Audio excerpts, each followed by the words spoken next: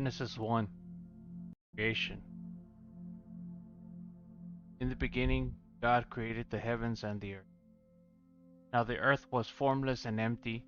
Darkness covered the surface of the watery depths, and the Spirit of God was hovering over the surface of the waters. Then God said, "Let there be light," and there was light. God saw that the light was good, and God separated the light from the darkness.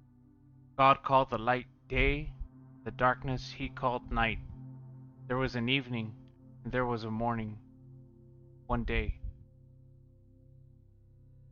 Then God said, "Let there be an expanse between the waters, separating waters from water." So God made the expanse and separated the water under the expanse from the water above the expanse. And it was so. God called the expanse sky. Evening came, then morning, second day. Then God said, "Let the water under the sky be gathered into one place, and let the dry land appear." And it was so. God called the dry land earth, and the gathering of the water he called seas. And God saw that it was good. Then God said, "Let the earth produce vegetation, seed-bearing plants, and fruit trees on the earth bearing fruit with seed in it, according to their kinds." And it was so. The earth produced vegetation, seed-bearing plants according to their kinds, and trees bearing fruit with seed in it according to their kinds. And God saw that it was good. Evening came, then morning, third day. Then God said, "Let there be lights in the expanse of the sky to separate the day from the night. They will serve as signs for seasons and for days and years. There will be lights in the expanse of the sky to provide light on the earth." And it was so. God made the two great lights, the greater light to rule over the day and the lesser light to rule over the night, as well as the stars. God placed them in the expanse of the sky to provide light on the earth, rule the day and the night, and to separate light from darkness. And God saw that it was good. Evening came, and then morning, the fourth day. Then God said, "Let the waters swarm with living creatures, and let birds fly above the earth across the expanse of the sky." So God created the large sea creatures and every living creature that moves and swarms in the water, according to their kinds. He also created every winged creature according to its kind, and God saw that it was good. God blessed them. "Be fruitful, multiply, and fill the waters of the seas, and let the birds multiply on the earth." Evening came, then morning, the fifth day. Then God said, "Let the earth produce living creatures according to their kinds, livestock, creatures that crawl, and the wildlife of the earth according to their kinds." And it was so. So God made the wildlife of the earth according to their kinds, the livestock according to their kinds, and all the creatures that crawl on the ground according to their kinds. And God saw that it was good. Then God said, "Let us make man in our image, according to our likeness. They will rule the fish of the sea, the birds of the sky, the livestock, the whole earth, the creatures that crawl on the earth." So God created man in his own image, and he created him in the image of God. He created them male and female. God blessed them, and God said to them, "Be fruitful, multiply, fill the earth, and subdue it. Rule the fish of the sea, the birds of the sky, every creature that crawls on the earth." God also said, "Look, I have given you every seed-bearing plant on the surface of the entire earth, and every tree whose fruit contains seed. This will be food for you, for all the wildlife of the earth, for every bird of the sky, and for every creature that crawls on the earth, everything having the breath of life in it. I have given every green plant for food." And it was so. God saw that saw that he had made it, and it was very good indeed. Evening came, then morning, the sixth day. Genesis 2. So the heavens and the earth and everything in them were completed. On the seventh day God had completed his work and he had done, and he rested on the seventh day from all his work and he had done. God blessed the seventh day and declared it holy, for it he rested from all his work of creation. Man and woman in the garden. These are the records of the heavens and the earth concerning their creation. At the time that the Lord God made the earth and the heavens, no shrub of the field had yet grown on the earth, on the land, and no plant of the field had yet sprouted.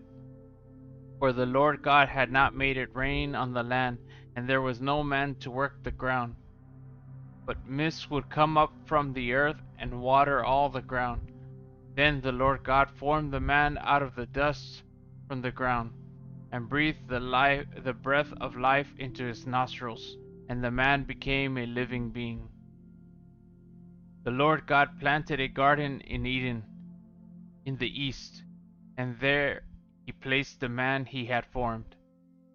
The Lord God caused to grow out of the ground every tree pleasing in appearance and good for food, including the tree of life in the middle of the garden, as well as the tree of knowledge of good and evil. A river went out from Eden to water the garden. From there it divided and became the source of 4 rivers. The name of the first was Fishon, which flows through the entire land of Havilah, where there is gold. Gold from the land is pure. Bethlehem and onyx are also there. The name of the second river is Gihon, which flows through the entire land of Cush. The name of the third river is Tigris, which runs east of Assyria. And the fourth river is Euphrates. The Lord God took the man and placed him in the Garden of Eden to work it and watch over it. And the Lord God commanded the man, "You are free to eat from any tree of the garden, but you must not eat from the tree of knowledge of good and evil, for on the day you eat from it, you will certainly die." Then the Lord God said, "It is not good for man to be alone.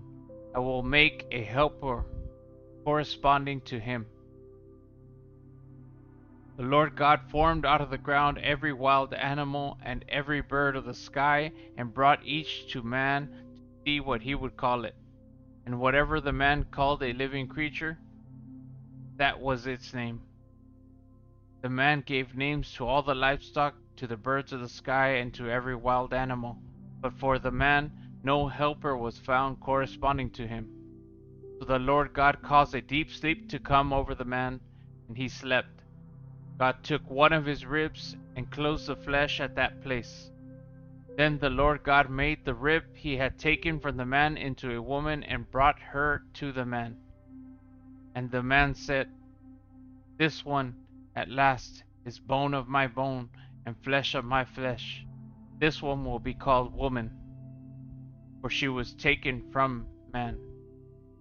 This is why a man leaves his father and mother and bonds with his wife, and they become one flesh. Both the man and his wife were naked, yet felt no shame. Genesis 3. Temptation and the fall. Now the serpent was the most cunning of all the wild animals that the Lord God had made. He said to the woman, "Did God really say you can't eat from any tree in the garden?"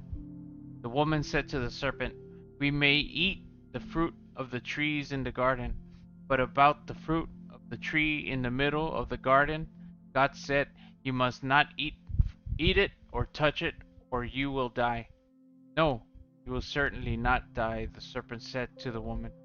"In fact, God knows that when you eat it, Your eyes will be open, and you will be like God, knowing good and evil. The woman saw that the tree was good for food and delightful to look at, and that it was desirable for obtaining wisdom. So she took some of its fruit and ate it. She also gave some to her husband who was with her, and he ate it. Then the eyes of both of them were opened, and they knew they were naked. So they sewed fig leaves together and made coverings for themselves. Sin's consequence. Then the man and his wife heard the sound of the Lord God walking in the garden at the time of the evening breeze, and they hid from the Lord God among the trees of the garden. So the Lord God called out to the man and said to him, Where are you? And he said, I heard you in the garden, and I was afraid because I was naked, so I hid. Then he asked, Who told you that you were naked? Did you eat from the tree that commanded you not to eat from? The man replied, The woman you gave to be with me, she gave me some fruit from the tree, and I ate. So the Lord God asked the woman, What have you done? And the woman said, The serpent deceived me, and I ate. So the Lord God said to the serpent, Because you have done this, you are cursed more than any livestock and more than any wild animal.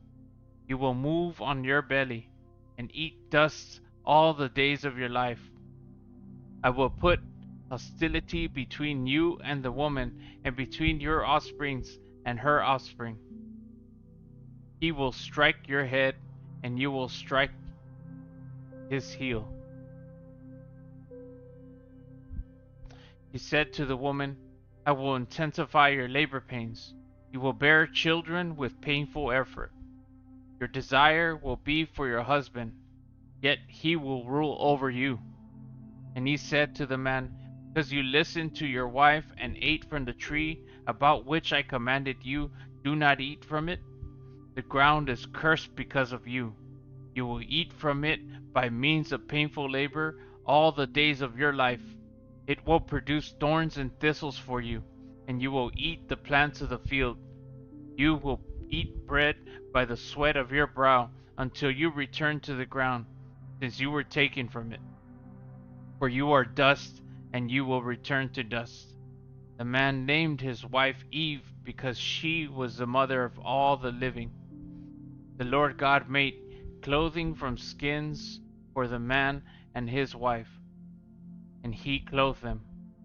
The Lord God said, Since the man has become like one of us, knowing good and evil, he must not reach out, take from the tree of life, eat, and live forever.